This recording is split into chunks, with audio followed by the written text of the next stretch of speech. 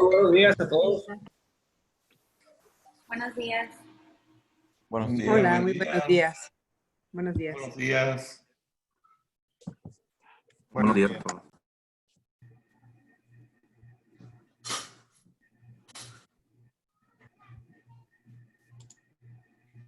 ¿Qué hay, Víctor? ¿Cómo estás? ¿Qué hay, Gerardo? ¿Qué ha habido? ¿Cómo estás? Qué gusto saludarte. Mira nomás. Igualmente, aquí andamos presentes. Gracias, como cada semana. Qué amable de tu parte. No, al contrario, encantados de la vida, de veras. Gracias, gracias. Ahora tenemos, bueno, buenos días a todos. Gusto en saludarlos. Ya que comencé aquí con el buen Gerardo a platicar. Damos inicio a la reunión. Muchísimas gracias por acompañarnos a todos. Gracias por cada semana estar aquí en Trade Talks. Muchos me han preguntado que si cuál era la idea, ¿no? De por qué cada semana se reúnen o qué plan tienes. Yo les digo que es una manera de saludarnos, es una manera de entretenernos, es la inversión de 1 hora los viernes por la mañana, aprendemos algo, compartimos algo, tenemos invitados especiales que vienen a compartirnos reflexiones, ideas nuevas, y bueno, lo que podamos adquirir cada uno de nosotros obviamente complementa a lo que andamos haciendo. Así es de que ahora que la pandemia nos tiene un poco estacionados o muy estacionados, pues esta es una manera de convivir y es una manera de compartir. Así es de que me da mucho gusto a mí poder participar como moderador en este sistema de Trade Talks y lo hacemos con muchísimo gusto. Así es de que el día de hoy tenemos 2 invitados de lujo, 2 invitados especialistas en energías renovables. Nos vienen a compartir un concepto novedoso. Para muchos pensamos que conocemos sobre lo que son las energías renovables, conocemos lo que es la energía solar, lo vemos en casas, lo vemos en estacionamientos, en negocios que están migrando para este tipo de energía, pero yo creo que todavía tenemos muchísimo por aprender. Hemos hablado de empresas digitales, ahora hablaremos de empresas autosustentables y es un tema que yo creo que es muy importante que todos lo dominemos, podamos tener un poco de vocabulario de esta materia y que podamos participar de alguna manera a tener un mejor mundo y un mejor país. Así es de que el día de hoy, Víctor André, si nos ayudas a presentar aquí a nuestros amigos. Sí, con gusto. Bienvenidos a todos. Muchas gracias. Hoy nos toca tener, así como dice mi papá, invitados de lujo. Aprovecho para saludar a todos los amigos de Comce Sonora, Comce Nacional. Un placer, Ferenc, Fernando Ruiz, Verónica. Bienvenidos. Hoy tenemos a Alan Zachar y a Andrew Gilligan, 2 grandes amigos míos de Washington. Alan es de Clifford Chance, un despacho de abogados líder en la materia de energía y de financiamiento para proyectos de infraestructura. Es miembro del World Energy Council y de Future Leaders Program, dado un reconocimiento que se le da a 100 abogados en la materia a nivel global. Y también es egresado de Northwestern University de la Ibero en la Ciudad de México. Y Andrew era profesor mío en Georgetown y ahora es amigo nuestro, donde es un señor, un joven, mejor dicho, líder en lo que es energías renovables, con su empresa Soul Systems, una empresa que ayudó a fundar y que ahora es de las más grandes en Estados Unidos para esta materia. Es profesor en Georgetown, como dije, y también fue miembro de Forbes 30 Under 30, y ahorita nos va a platicar un poco más de sus actividades en Soul Systems. También quiero extenderle un saludo a mi amigo Ricardo Tames, que es amigo de Georgetown, ahí también lo veo presente, y también creo que hasta está conectado nuestro amigo Carlos Martínez González, amigo mutuo de Alan y yo de muchos años. Así es que bienvenido Alan, bienvenido Andrew, es un honor tenerlos y qué padre que nos puedan acompañar en este foro. Muchas gracias. Muchas gracias, Víctor. Empezamos entonces. Adelante. Adelante. Denme un segundo entonces. Vamos a iniciar con la presentación de Alan. Sí. Y debo decir que Víctor André fue un gran estudiante en realidad. Así, muchas gracias, Víctor. Bueno, Muy bien. Listo, gracias. ¿Me escuchan ahí, verdad? Sí. ¿Me escuchan? Muy bien. Afirmativo. Sí. Ya ahí ven también mi presentación. Pues nada, muchas gracias. Antes que nada, aplaudo muchísimo este tipo de foros, ¿no? En donde se motiva el intercambio de ideas y el cuestionamiento proactivo. Principalmente la labor que está haciendo Víctor André. La verdad que se aplauden mucho este tipo de iniciativas, principalmente porque nuestro país, México, ¿no? En general está un poco dividido, ¿no? Y en particular también la industria energética, ¿no? Está un poco polarizado y se requieren críticas constructivas, ¿no? Se requieren un aprendizaje constructivo.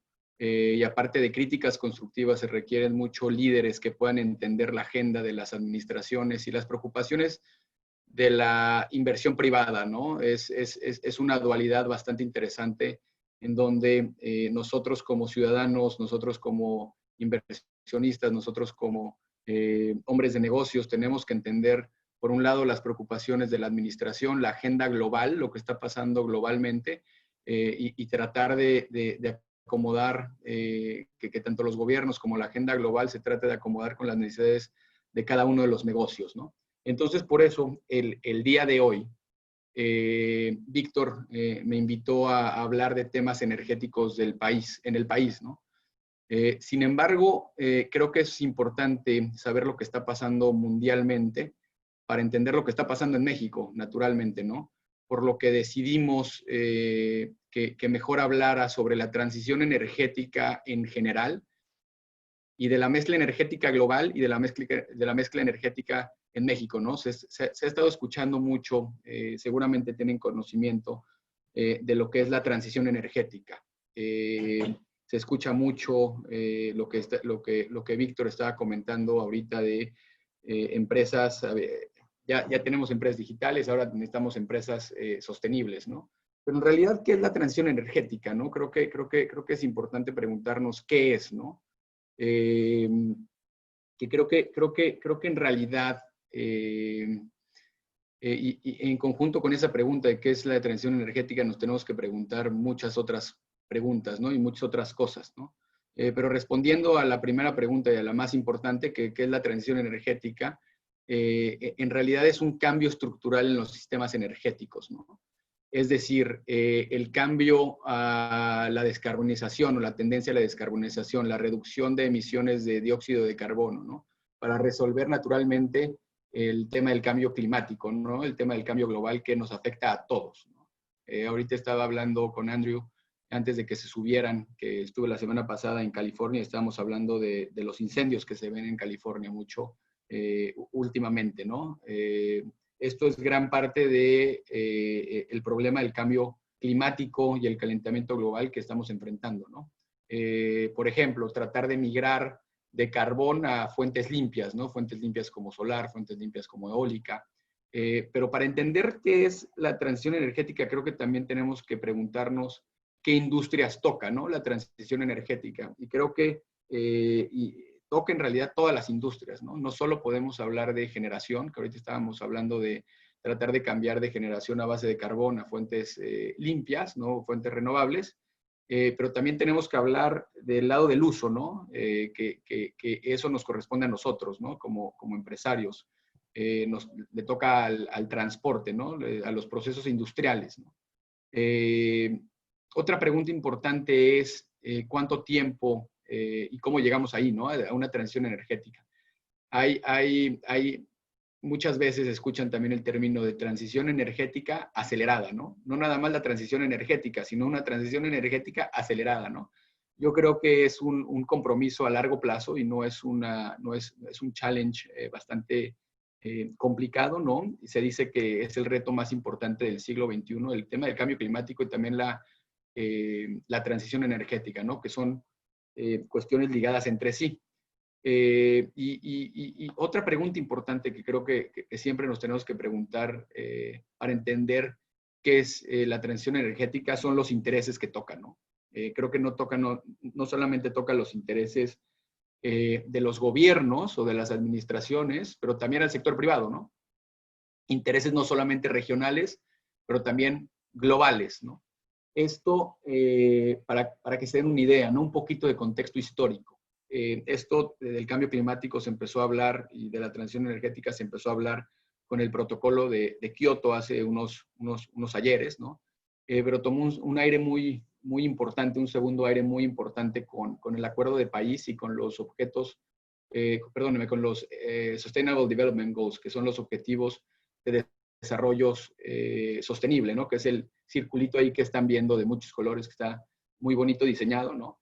Pero es importante que entendamos, ¿no? Qué es el Acuerdo de París y qué es los Sustainable Development Goals que estaban impulsados por parte de la ONU, ¿no? Que principalmente tenemos que entender que son tratados internacionales, ¿no? Y que hay un debate bastante interesante con respecto a los tratados internacionales, lo que le dicen en inglés entre el hard and soft international law, ¿no? Principalmente es si un tratado internacional es ejecutable o no es ejecutable, ¿no? En caso de un incumplimiento. Tuvimos el ejemplo de Estados Unidos que se salió del Acuerdo de París, ¿no? Del día para la mañana, y ahora con los nuevos candidatos que hay, una de las agendas más importantes de Biden es tratar de volverse a incorporar al Acuerdo de París y tener un acuerdo verde, ¿no? Pero bueno, regresando a qué es el Acuerdo de París, fue un hito muy importante a nivel global en 2015, ¿no? La verdad que es una muestra que cuando se alinean las voluntades y hay un consenso y una negociación proactiva, y hay líderes en la mesa, ¿no? Se puede llegar a un consenso, ¿no? Para que se den una idea, negociaron 196 países, ¿no? Y lo firmaron 189 países aproximadamente. En el Acuerdo de París se establecen hitos, ¿no? Contra el cambio climático. Hablan del incremento de la temperatura en el planeta, que tratan de establecer algunos umbrales para que no suba el calentamiento global de ciertos umbrales, hablan de incendios sin precedentes, de ciclones, de sequías que causan hambre, muertes por el clima, ¿no? Y esto va ligado con los Sustainable Development Goals, los objetivos de desarrollo sostenible, ¿no? Que para que se den una idea, no sé si habían estado escuchando de estos objetivos de desarrollo sostenible, ¿no? Que es la Agenda 2030 de la ONU, ¿no? Que son 17 objetivos concretos que atacan los problemas de pobreza, igualdad, salud y energía, ¿no? Y para que se den una idea de lo importante que es la energía, ¿no? A nivel global, 3 de esos 17 objetivos son vinculados con energía, ¿no? El primero, que es el objetivo 7, que es de energía económica y no contaminante, ¿no? Habla de temas muy interesantes, ¿no? Como por ejemplo, para que se den una idea y para poner las cosas en contexto, 1 de cada 7 habitantes a nivel global no accede a energía, ¿no? 90% de las emisiones de CO2 viene de la energía, ¿no? Entonces, sin duda alguna, el calentamiento global está 100% correlacionado con las emisiones y el tipo de generación de energía, ¿no? Y 3,000 millones de personas, ¿no? Dependen de combustibles contaminantes para cocinar, lo que le llaman el clean cooking, ¿no? O sea, 3,000 millones de personas aún no tienen ese clean cooking, ¿no? El segundo objetivo de los Sustainable Development Goals que ataca o que se vincula un poco también con energía es el de salud y bienestar, ¿no? Es el número 3, que es el verdecito que tienen ahí en el círculo, que trata, como el nombre lo dice, de salud y bienestar, ¿no? ¿Y por qué se correlaciona con temas de energía, ¿no? Para que se dé una idea, 7 millones de personas a nivel global mueren al año a causa de exposición a aire contaminado, ¿no? CO2. Entonces, es sumamente importante, un tema de salud, un tema de energía están vinculados. Y por eso mismo la ONU trató de atacar este Sustainable Development Goal vinculado con temas de energía, ¿no? El tercero y el más importante, bueno, no el más importante, sino el que más se relaciona directamente con energía es el número 13, ¿no?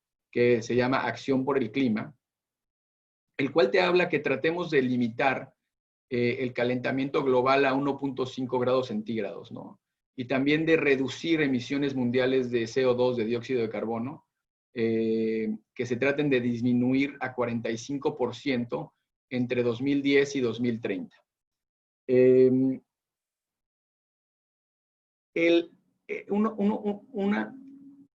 Ya hablamos de tratados internacionales, ¿no? La normativa internacional y lo que se está hablando en los foros a nivel internacional, ¿no? Pero creo que es importante, si estamos hablando de transición energética, creo que es importante entender y preguntarnos si es la primera transición energética que se ha dado a nivel mundial y en la historia de la humanidad, ¿no? Creo que la respuesta es no. Creo que la respuesta es que ha habido diversas transiciones energéticas, ¿no? Por ejemplo, ¿no? Antes de la revolución industrial, el ser humano dependía de la biomasa. La biomasa es quemar madera. De la biomasa pasamos al carbón, ¿no? En la revolución industrial.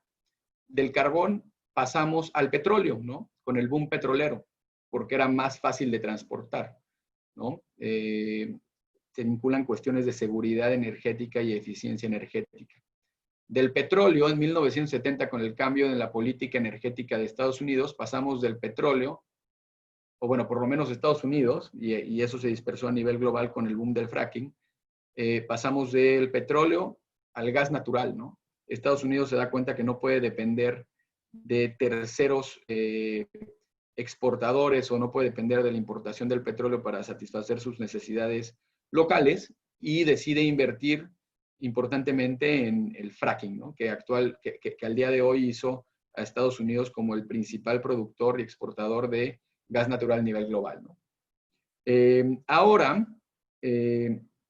con la reducción de los costos en las tecnologías limpias, ¿no? Y con la agenda global que se tiene en cuanto al cambio climático, estamos viviendo la última transición energética que ahora habla de temas ambientales, ¿no? Pero creo que son dos cuestiones que tenemos que tener bien presentes. Una cosa es el consenso a nivel global y las voluntades globales que se quieren tener para reducir los costos, para reducir las emisiones de CO2. Y otra cosa es, que es muy importante y juegan entre sí, es la reducción en los costos de las tecnologías limpias, ¿no? El común denominador, es importante mencionar esto, ¿no? El común denominador en todas estas transiciones energéticas ha sido el costo y la seguridad energética, ¿no? Pero por primera vez, como estaba yo mencionando, es la primera vez que consideramos en la ecuación el cambio climático, ¿no? ¿Y por qué? Por el tema de la agenda global que se tiene y como estaba bien diciendo, la reducción de los costos de las tecnologías limpias, ¿no? Que esto es vital. Para que se den una idea, ¿no? Y Andrew va a poder hablar un poquito más de eso. En 2009, ¿no? Aquí esta gráfica lo detalla muy bien. En 2009, lo más caro en producción de electricidad era solar, ¿no? Después venía eólico, ¿no? Después venía el carbón y lo más barato era el gas natural, ¿no? Ahora es impresionante porque hace 10 años, ¿no? Que es increíble. Solar era lo más caro y ahora en conjunto con eólico, en realidad es lo más barato, ¿no? El costo de producción de la electricidad. Entonces, para que se den una idea cómo ha cambiado las necesidades de los negocios, ¿no? Los negocios, a final de cuentas, muchos de los negocios, el driver es un driver financiero, ¿no? Prefieren comprar tal vez en algunos momentos, tal vez hace 10 años, energías fósiles, ¿no? Y ahora se está viendo que tal vez en algunas circunstancias la energía solar y la energía eólica es mucho más barato que las fuentes fósiles, ¿no? Entonces, los temas que quiero tratar el día de hoy, en adición a lo que ya estábamos tratando previamente, son 4 temas bien importantes, ¿no? El mix energético, la seguridad de suministro, la equidad energética, recursos necesarios y las tendencias. Y lo voy a comentar rápidamente para permitir a Andrew que nos comente sobre lo que está viendo en términos de energía solar. Entonces tratemos de ir voy a tratar de ir un poquito más rápido con respecto a estos puntos, ¿no? Pero quiero que se den una idea, ¿no? De lo que se está viendo a nivel global, ¿no? A nivel global, el mix energético de energía a nivel global, aproximadamente más del 20% de la energía o de la generación depende de carbón, después de petróleo, bueno, primero de petróleo, después de carbón, después de gas natural. Y ven aquí chiquito que la generación o el impacto de energías limpias, la verdad que es bastante reducido, ¿no? Ese es a nivel global, que obviamente eso va a ir incrementando de tiempo en tiempo, ¿no? Esto es Alemania. En Alemania, más del aproximadamente 40% depende de carbón. Es increíble, la verdad que hace 5 años yo no lo hubiera pensado, ¿no? Después de gas natural y de nuclear también, pero han estado apostando importantemente en energías renovables, ¿no? O sea, ves aquí un incremento bastante importante. Pero con relación al carbón, ¿no? Alemania acordó que para 2038 iba a cerrar todas las plantas de carbón, ¿no? Entonces vamos a ver una inversión muy importante en energías renovables y principalmente en hidrógeno verde, que es una de las tecnologías de integración que se va a ver muchísimo más y que van a ver de tiempo en tiempo, y es importante que se graben este concepto, ¿no? El hidrógeno verde. El mix energético de Francia es increíble, ¿no? Francia en conjunto con Japón son de los países que más energía nuclear generan, ¿no? Después es el hidrógeno, perdón, las hidroeléctricas y el gas natural poquito. El carbón tiene un mix bastante, dependen muy poquito del carbón. Y este es el mix energético de China, ¿no? Que más ¿qué será? 60% del mix energético de China depende de carbón. Y también como Alemania, ¿no? Han estado invirtiendo mucho en los últimos años en energías limpias, ¿no? En energías renovables, para que se den una idea, ¿no? De esta dualidad que tiene China y para poner las cosas en contexto. En 2017 se hicieron aproximadamente inversiones en renovables a nivel global lo voy a decir en inglés, de $300 billion, ¿no? En términos de energías renovables. Y China, de estas inversiones globales que se hicieron, China representó aproximadamente el 45% de esas inversiones globales, ¿no? O sea, estás viendo un incremento bastante importante en energías renovables y un decremento en carbón, ¿no? Y también han estado tratando de mejorar reducir las emisiones de CO2 del carbón, y ahora están invirtiendo mucho en lo que le llaman green coal, ¿no? Aún es importante que estudiemos si en realidad el carbón podría llegar a ser verde, ¿no? Este es el mix energético de Estados Unidos, ¿no? Que depende de carbón, gas natural y nuclear. También han hecho inversiones importantes en energías renovables.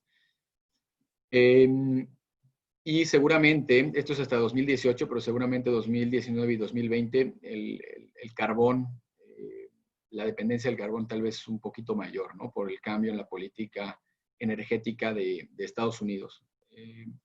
Este es el mix energético de México, ¿no? No dependemos tanto del carbón, ¿no? No dependemos tanto del petróleo, ¿no? Dependemos mucho del gas natural, ¿no? Y es importante entender por qué dependemos tanto del gas natural, ¿no? Que es una determinación económica y financiera por parte de las administraciones pasadas, ¿no? Tenemos al mayor productor de gas natural a nivel global como vecino, que es Estados Unidos, con precios bastante atractivos, ¿no? Entonces, tal vez, bueno, no tal vez, las administraciones pasadas y la administración actual están apostando mucho en gas natural, ¿no? Pero como estábamos viendo anteriormente, ¿no? Los costos del gas natural en comparación con los costos de energías renovables son muy competitivos, ¿no? Y aquí vemos también el incremento en energías renovables, ¿no? Todo este incremento, como pueden ver, se da en todos estos países después del incremento real después de 2015, ¿no? Que fue después de celebrar el Acuerdo de París, ¿no? Pero por un lado estamos viendo el lado de la generación, ¿no? Y por otro lado también tenemos que ver el lado de los usos, ¿no? Entiendo que hay muchos industriales en esta plática, ¿no? Y es importante que entendamos que también del lado del uso es que tenemos que analizarlo, ¿no? En realidad, estos usos de energía a nivel global, ¿no? Y depende principalmente de los principales usos o consumidores de energía es la industria, ¿no? Transporte y residencial, ¿no? Que realmente los esfuerzos en el lado del uso que se tienen que hacer es del lado de transporte y principalmente en México, ¿no? Del lado de transporte y del lado industrial, sin duda alguna. En términos de residencial estamos en la media o estamos alineados con lo que está pasando a nivel global, ¿no? Para que se den una idea, este es unas gráficas del uso que tenemos en México, ¿no? En cuestión de transporte, es de los usos que el transporte es el sector que más usa energía en México, después la industria, después algunos sectores adicionales como la residencial y el agropecuario, pero es importante tomar atención a lo que está pasando en el transporte y la industria, ¿no? En el transporte, 3.6, o perdón, 36 por ahí por ciento dependen de gasolinas y de naftas. No se ve algo como se ve en Argentina. No sé si han podido ver lo que está pasando en Argentina, que en vez de usar ellos nafta, ya que tienen un yacimiento muy importante de gas natural en Argentina que se llama Vaca Muerta, también dependen mucho su transporte del gas natural, ¿no? Lo que se va a ver en el futuro es transporte dependiente de electricidad en vez de naftas o de gasolinas. Pero la pregunta ahí que nos tenemos que hacer es, si bien ahora estamos resolviendo del lado del uso, ¿no? Porque tal vez en el futuro se van a ver autos eléctricos, pero tenemos que tomar en consideración y preguntarnos de dónde viene esa electricidad, ¿no? Si esa electricidad viene de fuentes fósiles y de fuentes que no son limpias, bueno, no estamos progresando de la manera adecuada, ¿no? La manera adecuada es tratar de resolver el lado de la generación y también el lado del uso, ¿no?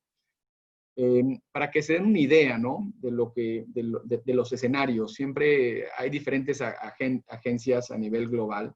Y una de las agencias más importantes es el International Energy Agency, que te pone dos escenarios, ¿no? Bueno, muchos escenarios, pero los escenarios que quiero platicar con ustedes el día de hoy son el CPS y el NPS, ¿no? Que el CPS, que lo marco aquí, es el Current Policy Scenarios, ¿no? Que es cómo van a evolucionar los mercados si los países no cambian sus políticas, ¿no? Y continúan con sus políticas actuales. Y por otra parte, el escenario NPS, que son las New Policy Scenarios, ¿no? Que son las nuevas políticas anunciadas, pero no implementadas, incluyendo los compromisos bajo el Acuerdo de París. Y aquí lo que ven, y es sorprendente, ¿no? Que a 2040, no obstante a las políticas ya anunciadas, van a haber una dependencia también importante en el carbón, en el petróleo, ¿no? En el gas natural, y van a incrementar sin duda alguna el share de las renovables, ¿no? Pero ahí lo que tenemos que ver del otro lado, ¿no? Es que si continúan estas fuentes fósiles en uso, ¿no? Tenemos que entender cómo podemos implementar tecnologías que puedan hacer el secuestro, la captación del CO2, ¿no? Que después vamos a hablar de las tecnologías de la integración, que básicamente incluyen el CCS, ¿no? Que es Carbon Capture Storage, ¿no? Hablemos... perdón. El lo más importante que quiero llegar a transmitir aquí con ustedes es que si un sistema energético, ya sea el mexicano, ya sea el alemán, ya sea el chino, cual sea, ¿no? Quiere llegar a ser sustentable, ¿no? Tiene que tomar en cuenta 3 importantes principios, ¿no? No puede decir es 100% limpio, ¿no? No puede decir es 100% renovable. Se tienen que tomar 3 principios muy importantes, ¿no? Que están ligados entre sí, que es la seguridad energética, la equidad energética y el tema ambiental, ¿no? Es lo que el Consejo Mundial de la Energía le llama el trilema energético, ¿no? Seguridad, acceso y sustentabilidad. Por ejemplo, ¿no? Quiero mencionar el caso de Japón, ¿no? Japón tiene muy pocos energéticos primarios, ¿no? La mayoría de sus energéticos los importan, ¿no? Por lo cual su principal problema es la seguridad energética, ¿no? Porque entre otros factores tiene que garantizar, por ejemplo, el suministro de la energía y que la energía sea confiable, ¿no? El tema y la parte ambiental la manejan muy bien, ¿no? Y también el tema de la equidad energética, ¿no?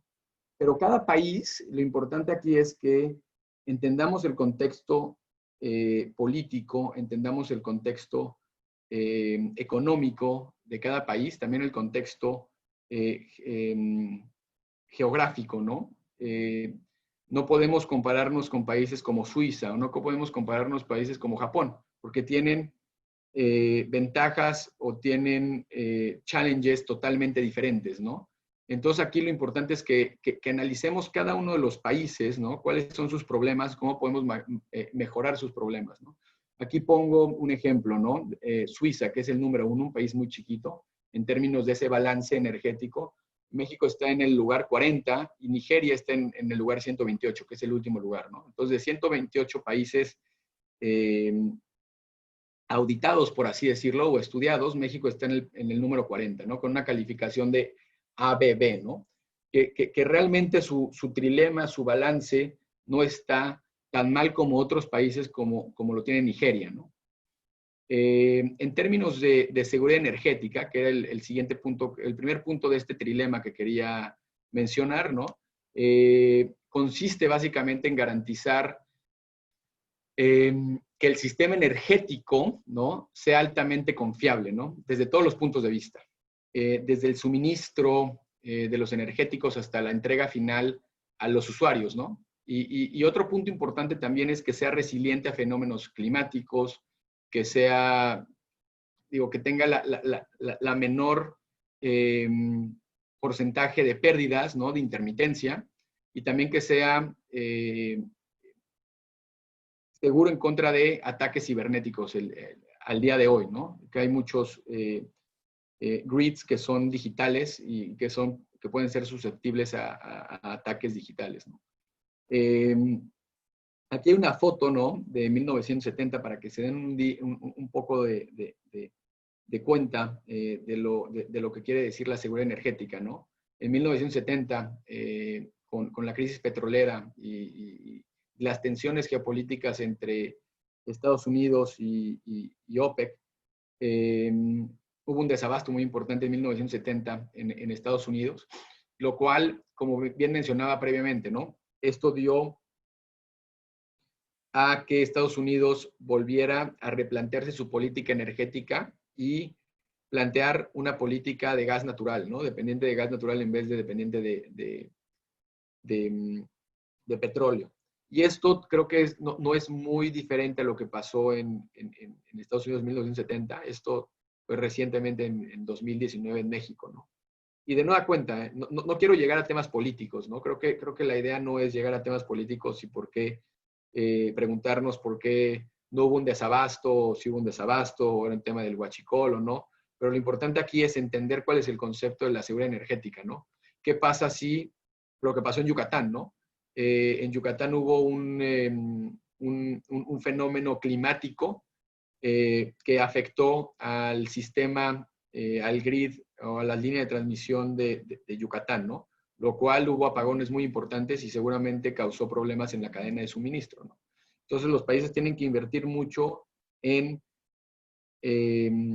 en seguridad energética. El otro tema muy importante, ¿no? Es de este trilema, es la equidad energética, ¿no? Que refiere principalmente a asegurar que toda la población tenga acceso a la energía.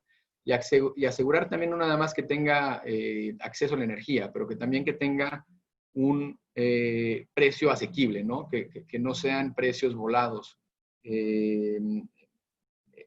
a la población, ¿no? Tal vez México tal vez maneja esto mediante subsidios, pero bueno, este es el tema de la equidad energética, ¿no?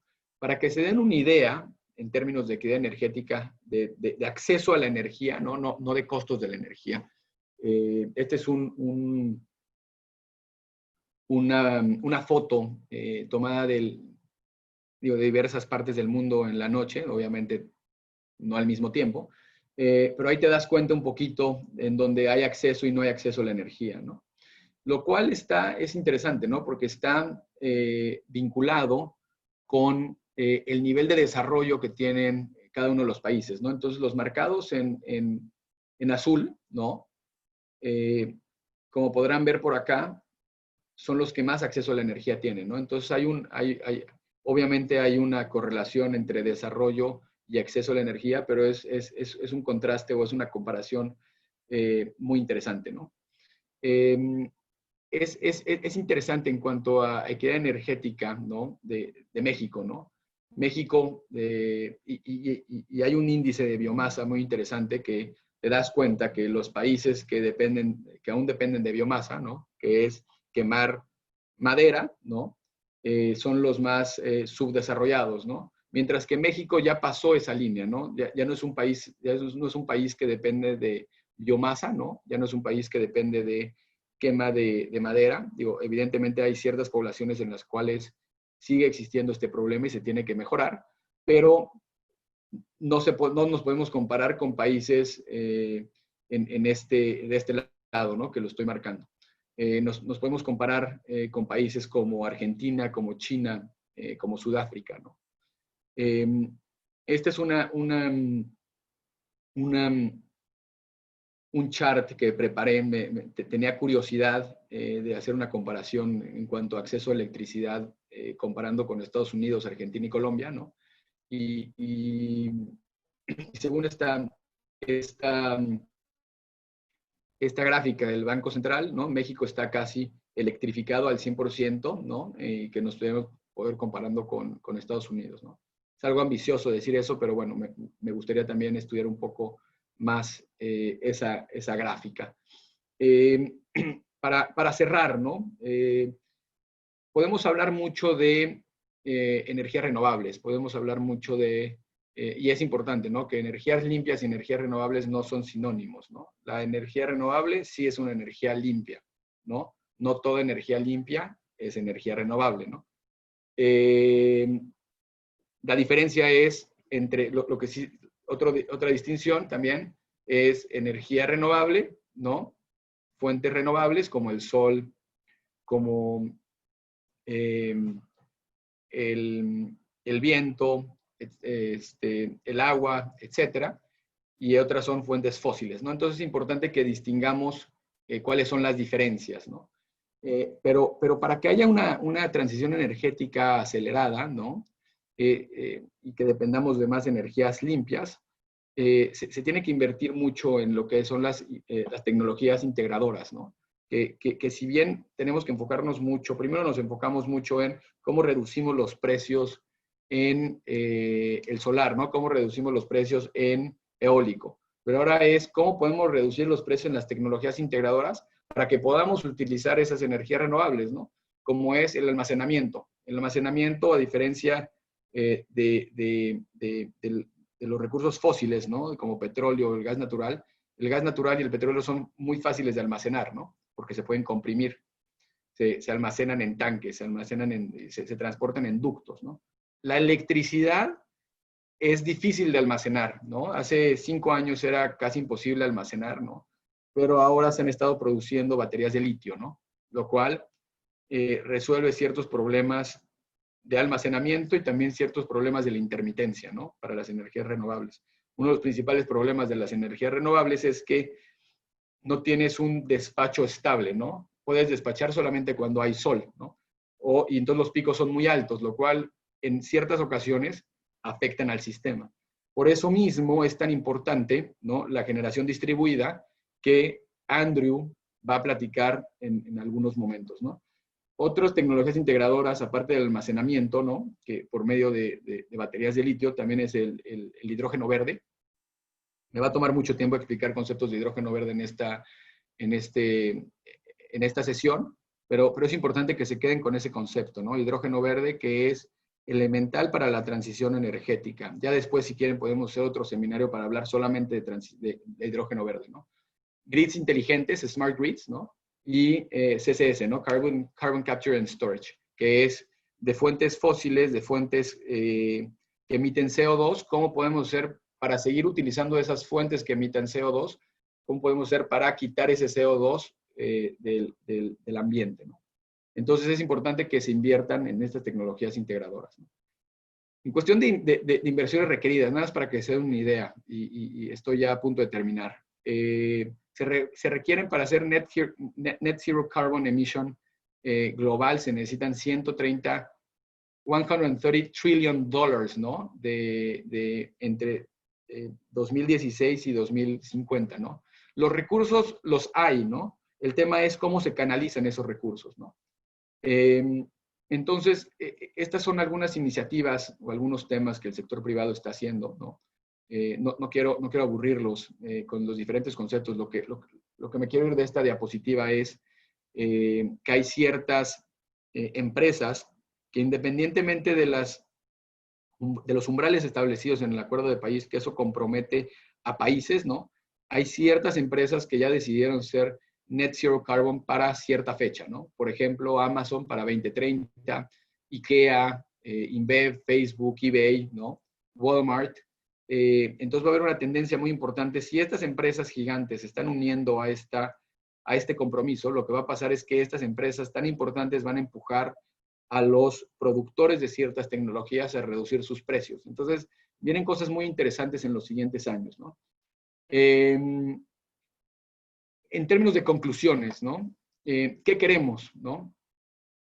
¿Queremos vernos como Alemania? ¿Queremos vernos como China? ¿Queremos vernos como Estados Unidos? ¿O queremos ser nuestra propia agenda energética, no?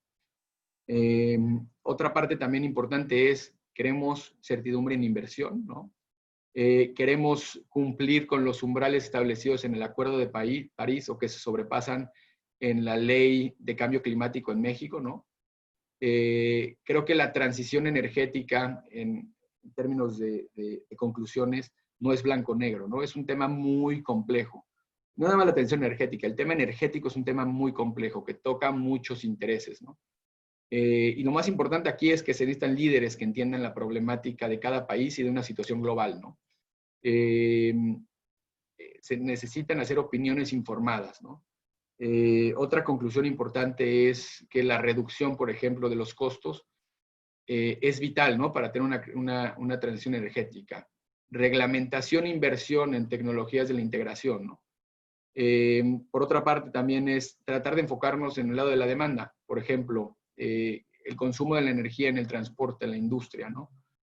Y por otra parte, también es importante que México tal vez siga con cooperaciones internacionales, ¿no? Que siga este debate con otros países para ver cómo ellos resolvieron alguno de sus temas o cómo México puede aportar para comentar cómo resolvió alguno de sus barreras o alguno de sus temas en cuestión de cambio climático, ¿no? Dejo a Andrew que sigan con esta presentación. Muchas gracias de nueva cuenta.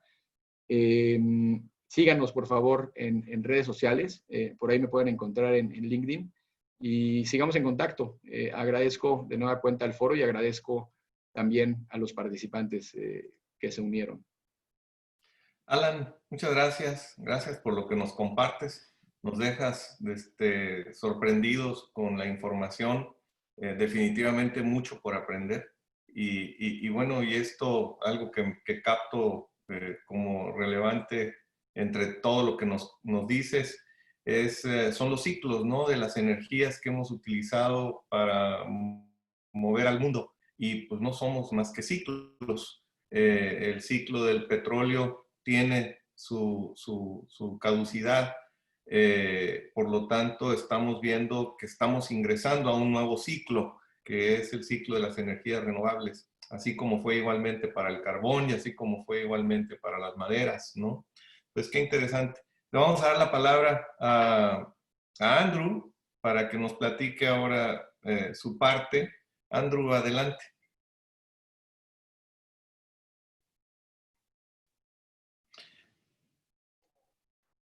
Lo siento. Andrew. Muchas gracias a Víctor, de nuevo, y Gamma Group por invitarme. Es un honor discutir esto con todos ustedes. Y, ok, ahora puedes ver mi presentación y escúchame, ok. Correcto, Andrew. Sí, perfecto. Y también, por adelanto, lo siento por mi mal español, estoy aprendiendo actualmente. Pero sí, como Alan ya habló de transición energética y la tendencia emergente clave de la energía renovable, me centraré en más de una de las oportunidades de inversión clave debido a esta transición, y eso es la energía solar en México. Y una introducción rápida. Y soy vicepresidente de Sol Systems y hemos estado trabajando con algunos de nuestros clientes aquí en México y además algunos clientes evaluar su uso de electricidad. Perfecto. Y próximo. Y puedes ver mi pantalla bien, ¿sí? Así es, así es. Así es, perfecto, gracias. Y aquí otra forma de ver la dramática reducción de costos renovables que Alan habla sobre, y puedo ver que México ha tenido algunos de los precios de energía renovable más baratos del mundo. De hecho, la energía solar y eólica son ahora la forma más barata de generar un electrón en la mayor parte del mundo, incluye gran parte de México. Y una explicación técnica, los proyectos solares son en realidad una tecnología muy simple. La parte principal es el panel, sí. Y cuando el sol golpea estos paneles, hay una reacción que genera electricidad que luego se puede colocar en la red a través de cables o enviar directamente a una fábrica para usar electricidad, ¿sí? México tiene creciente demanda de electricidad, un método oficial de energía renovable y precios solares baratos, y entonces la energía solar puede ser la forma dominante en el futuro para México, aunque sin duda otras tecnologías formarán parte de la matriz. Recuerdo que no importa la fuente de generación de electricidad, los electrones, sí, la electricidad real, es por supuesto exactamente la misma. Es una cuestión de costo y disponibilidad de generar. Pero, dado que los proyectos de energía generalmente duran al menos 30 o 40 años, es clave invertir de manera inteligente ahora, porque de lo contrario se quedará atrapado con un activo no competitivo. Y aquí puede ver cómo México se compara con otros mercados claves y es claramente su potencial para ser una gran inversión para las energías renovables. Una nota importante es que la electricidad es un mercado complicado porque necesita regulación por el gobierno y siempre debe tener un suministro de energía confiable. Pero al mismo tiempo, la participación privada puede crear valor adicional. Lograr ese equilibrio en cualquier país es difícil y lo mismo en México. Bueno, tras la forma energética, ahora existe un mercado energético activo que nos permite ver los precios diarios de la energía en México. Se puede ver la importancia de la ubicación en este mapa, en mi presentación, y la infraestructura, particularmente la transmisión que transporta electricidad desde el punto de generación hasta donde se consume. Por ejemplo, Baja California Sur, que en realidad es su propia red, y la península de Yucatán tienen precios muy altos, y los estados que se encuentran juntos a la frontera tienen algunos de los precios de energía más competitivos, que a menudo son impulsados por el gas natural. Y bueno, según nuestra experiencia hasta ahora, es evidente que hay mucha demanda de energía solar en México. Esto es debido a, primero, el rendimiento de la inversión y la economía del proyecto de energía solar. Y los proyectos generalmente ahorran entre el 10 y 20% de la tarifa de CFE normal de electricidad del cliente. Y segundo, aumento constante en las tarifas de electricidad de CFE y la expectativa general de que esto continuará. Y por fin, grandes empresas con objetivos de energía renovable para todas sus operaciones, incluidas las emisiones de Scope 3, principalmente sus socios de fabricación. So aquí, esta imagen, RE100, RE100, se refiere a una lista de las empresas más grandes del mundo que han prometido ser energía 100% renovable, y esto incluirá también a todo su cadena de suministro. Bueno, ok, el tercer punto de la última diapositiva está una tendencia clave, ¿sí? Muchas de las corporaciones más grandes han establecido un objetivo de energía renovable, generalmente energía 100% renovable para un año determinado. Esto incluye a algunos de nuestros clientes, como Microsoft, Amazon, Apple, Walmart. Y Microsoft, por ejemplo, anunció recientemente una gran inversión a México, y personalmente estoy seguro de que van a querer formas de ser principalmente renovable en México y trabajar con socios que lo sean. Hemos visto empresas como esta decidir en qué estados de Estados Unidos abrir nuevas instalaciones o con qué proveedores o fabricantes trabajar. Esta misma tendencia llegará a México, ¿sí? Y por lo que prepararse ahora es inteligente. Aquí puedo ver los principales clientes corporativos de energía renovable, y también eso es Sol Systems en un proyecto en el techo con Amazon. Pero, ¿cómo comprar energía solar en México? Considera que dos opciones básicas para los clientes: energía solar en o cerca de sus instalaciones, o formar un contrato más complejo para un gran proyecto que pueda estar en cualquier lugar de la red de México. Estos proyectos, el segundo y más grandes, son complejos y tienen más riesgo en este momento. Es justo decir, bajo la administración actual es difícil obtener el permiso de generador para nuevos proyectos de este tamaño y costo más para transmitir. Además, es necesario que se registre como usuario calificado con SENACE, pero puedo hablar más sobre los detalles con usted si está interesado. Por ahora, en este momento, solar en su ubicación, a veces llamado generación distribuida, es la mejor opción de inversión o ahorro de dinero para energías renovables en México. Y la primera imagen aquí es un mapa de todos los proyectos solares grandes actualmente en desarrollo en México. Y la segunda es un ejemplo de un diseño sencillo que podemos hacer para mostrarle cómo se varía la energía solar en su ubicación. El paso clave para decidir si la energía solar es una buena decisión económica es evaluar sus facturas de servicios públicos de CFE.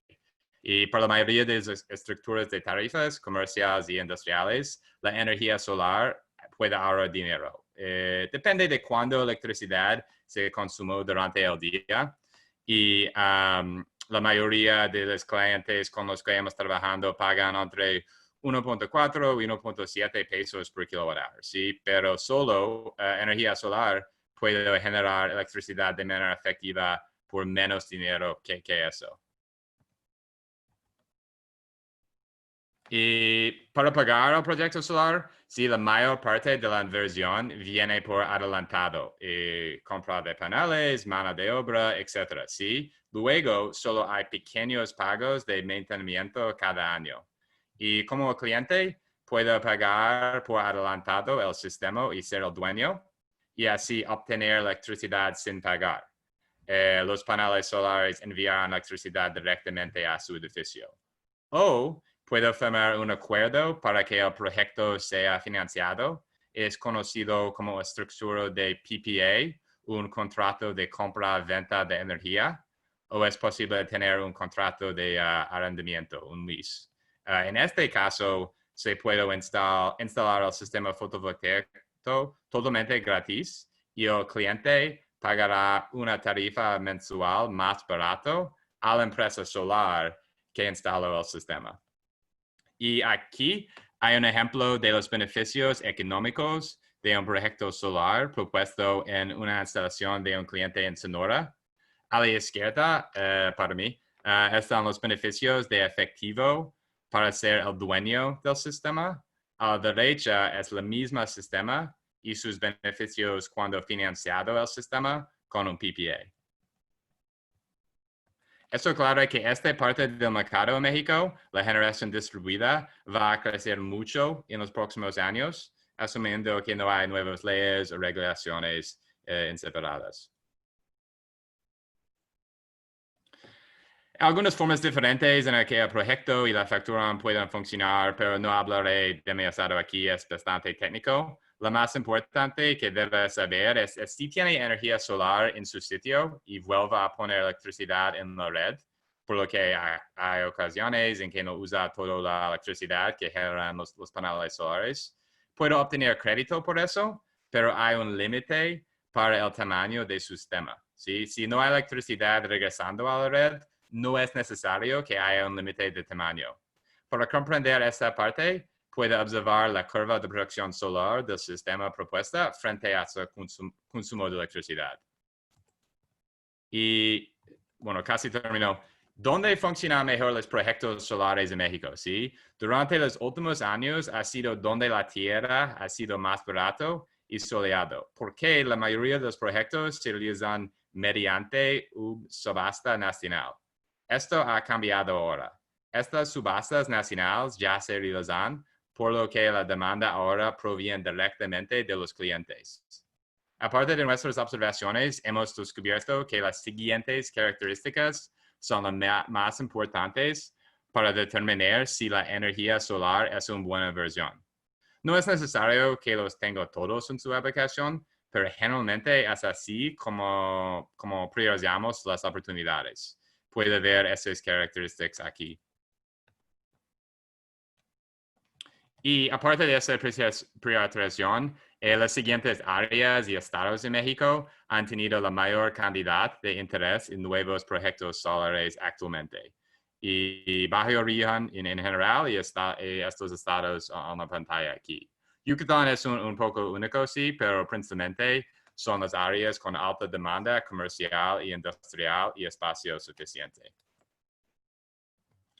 Y hay desafíos con mucha energía solar en el mismo mercado, pero también hay formas para resolver esto, sobre todo las baterías. Y porque es casi hora, seguiré adelante y asegurar que tengamos algo de tiempo para preguntas. Pero sí, muchas gracias. Yo sé que fue muy rápido, pero siempre estoy feliz de conversar sobre la posibilidad de energía solar o baterías, sí, y para sus instalaciones u otra descripción sobre energía renovables. Así, muchas gracias y así. Gracias, Andrew. Gracias, Alan, también. Creo que es indispensable el que vayamos aprendiendo más acerca de este tema, ya que justamente la tendencia global nos marca que vamos encaminados hacia esta transición energética, ¿no? Acelerada, como bien decían, además de las implicaciones medioambientales que estamos teniendo, está también la sostenibilidad de seguir ocupando estos combustibles fósiles. De acuerdo a lo que nos mencionaban, vemos que son más los países que se están sumando hacia este uso de energías renovables y a través de los diferentes instrumentos internacionales o de los que nos mencionabas, Alan, se están contemplando tal vez, la creación de incentivos económicos para los países o empresas que disminuyan las emisiones contaminantes. Esto es a través de las llamadas ecotasas, que incentive aún más el que las empresas, la industria, se transfiera del uso de combustibles fósiles hacia energías renovables.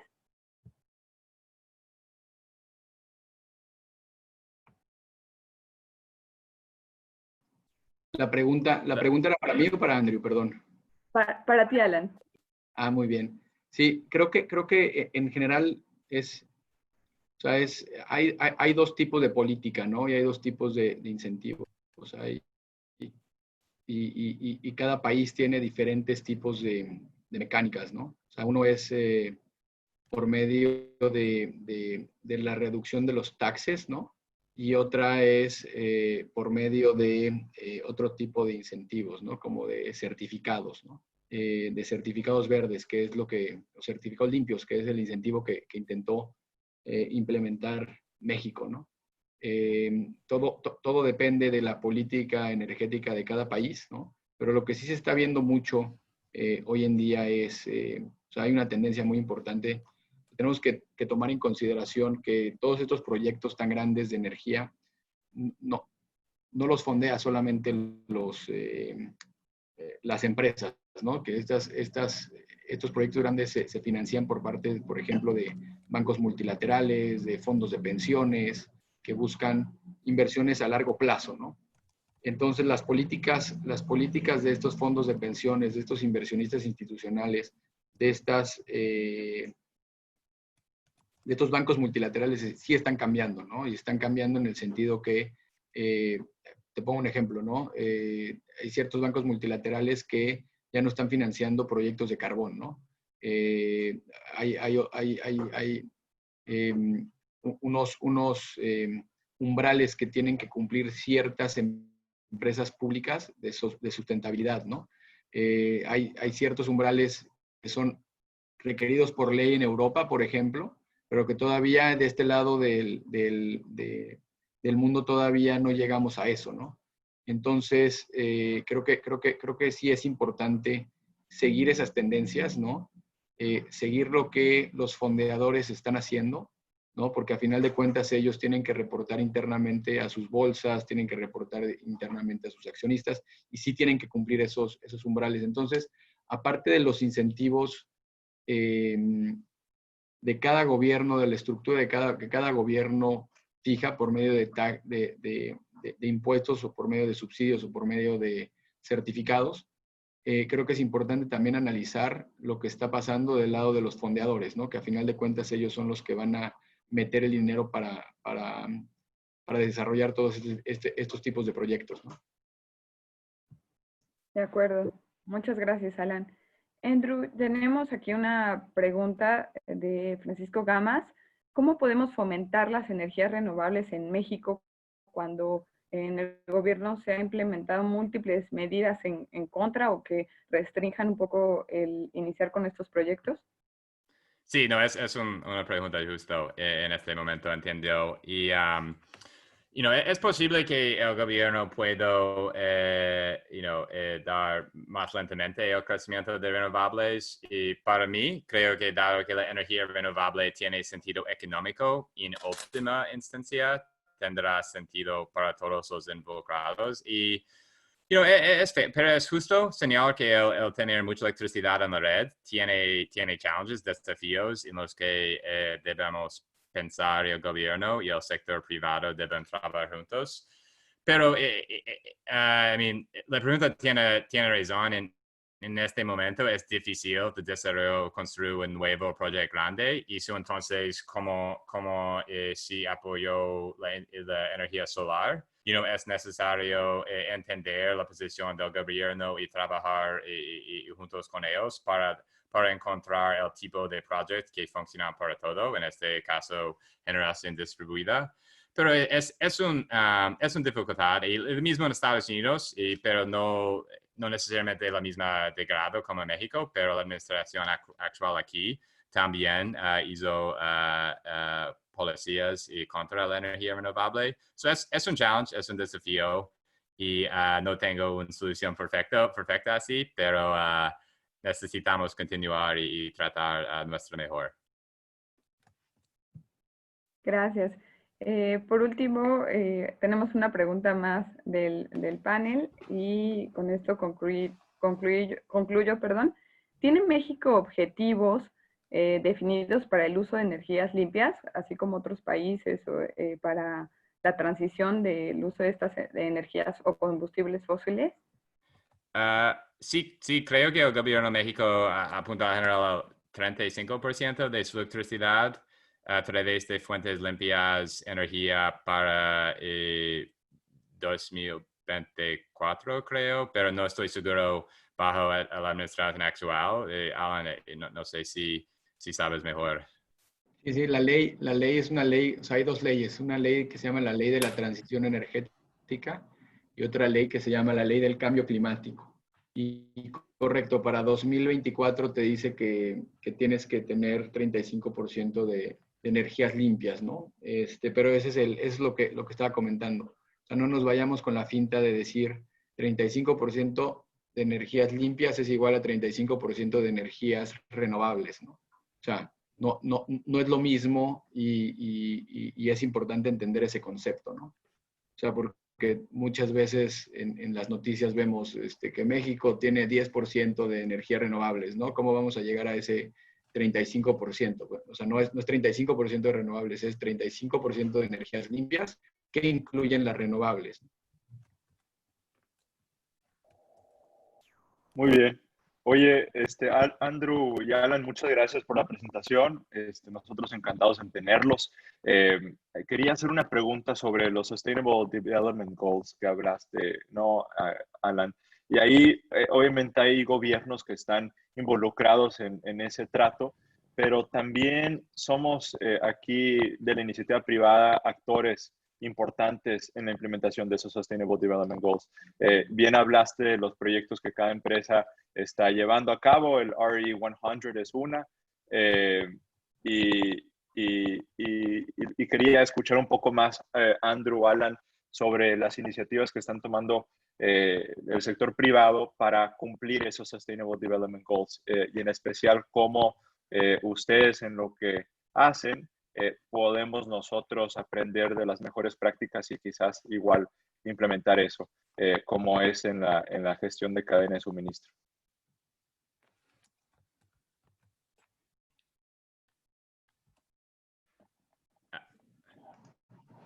Por lo que yo hago, hay unos...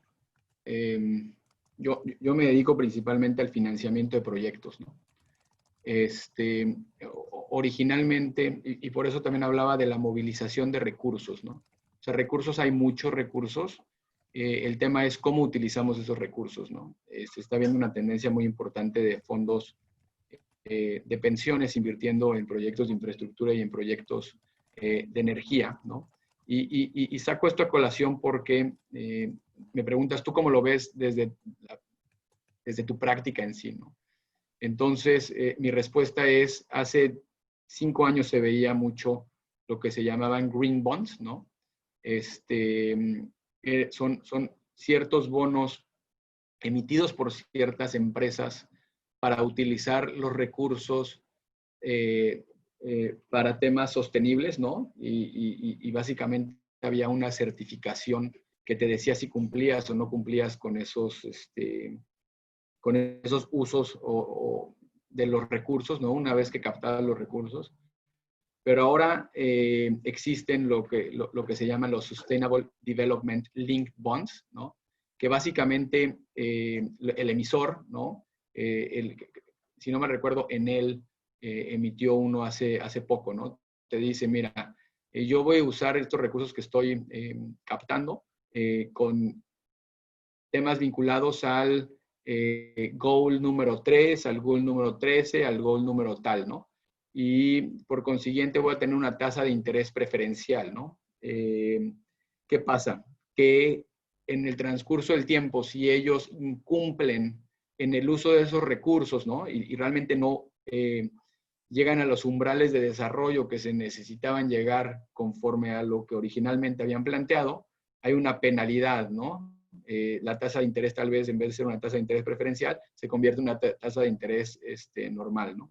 Entonces, hago este ejemplo porque hay muchas iniciativas vinculadas con temas de desarrollo, por ejemplo, ¿no? Los Environmental, Social and Governance Criteria, ¿no? Que en México todavía no ha llegado, no es lo que había comentado. Tal vez en México el requerimiento de tema de energía, de uso de energía solamente es para que te requieren divulgar qué tanta energía limpia utilizaste son para las empresas públicas, ¿no? Pero en Europa, por ejemplo, hay ciertos reportes que las empresas públicas tienen que hacer con respecto a su cumplimiento ambiental, con su cumplimiento social, con su cumplimiento de gobernanza interna, ¿no? Que todo esto va vinculado con los Sustainable Development Goals que comentábamos, ¿no? Entonces, hay una tendencia muy importante e independientemente, creo, a final de cuentas, las elecciones en Estados Unidos creo yo que sí van a tener un impacto importante en la agenda global, ¿no? En la aceleración de la transición energética, porque hay dos planes algo distintos, pero creo que hay una tendencia muy importante y consenso global de sí seguir lo establecido en los Sustainable Development Goals, ¿no? Y si tienen oportunidad, échenle un vistazo, porque muchos de sus empresas se van a poder beneficiar, ¿no? De ciertas certificaciones que existen, ¿no?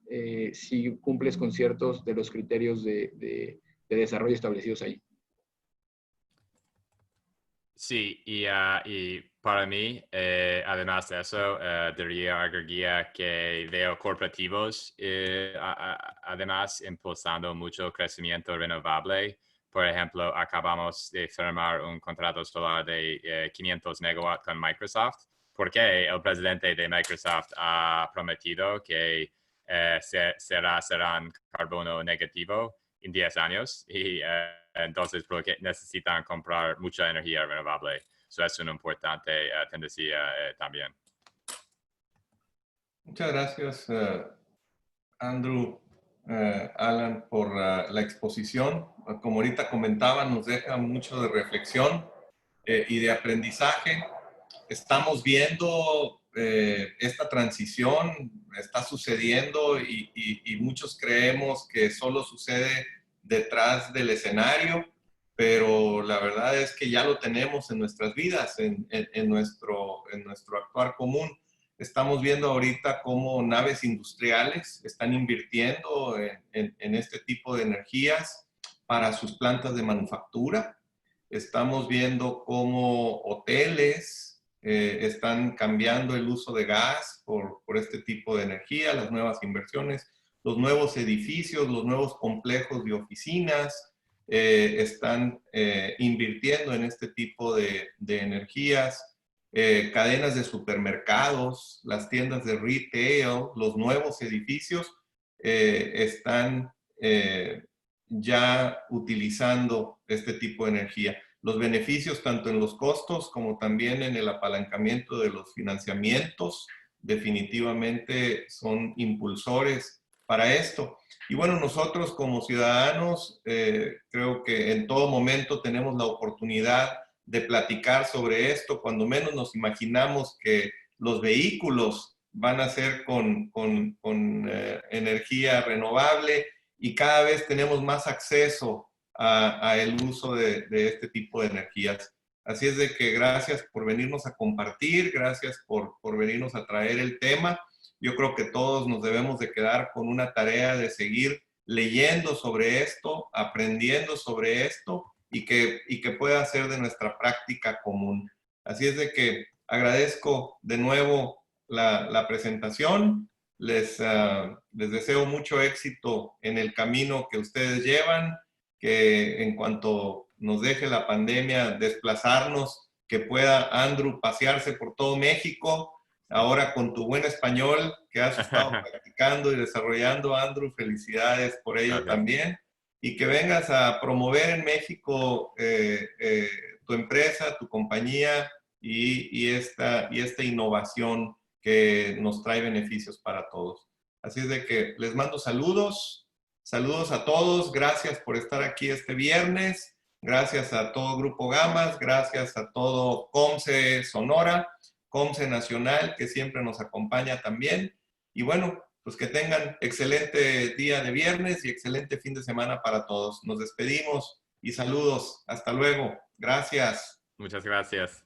Nos vemos. Víctor. Gracias, excelente fin de semana. Buenas tardes. Gracias. Gracias, Buen día saludos para a todos. todos. Gracias.